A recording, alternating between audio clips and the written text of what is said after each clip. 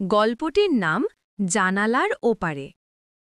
রিনি প্রতিদিন সকালে বারান্দায় এসে দাঁড়াত, কারণ ঠিক একই সময় পাশের বাড়ির আকাশও তার জানালার ধারে এসে দাঁড়াত।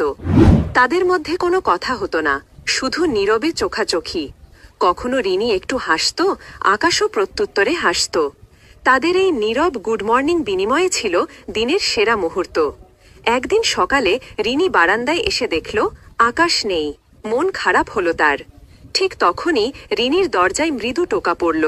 দরজা খুলে সে দেখল হাতে একতোড়া রজনীগন্ধা নিয়ে আকাশ দাঁড়িয়ে। আকাশ সামান্য কাঁপতে কাঁপতে বলল, জানালার গ্রিলে মাথা ঠুকে আমার আর ধৈর্য হচ্ছিল না, তাই সাহস করে এলাম একটা কথা বলতে। তোমার হাসিটা না দেখলে আমার সকালটা শুরু হয় না। রিনি ফুলগুলো হাতে নিয়ে হেসে বলল, আমিও তাই ভাবছিলাম।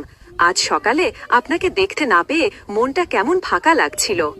বৃষ্টি ভেজা ভেজা সকালে বারান্দার সেই নীরব ভালোবাসাটি সেই দিন দুজনের সামনে এসে দাঁড়ালো এক নতুন পরিচয়ে, এক নতুন সুরে।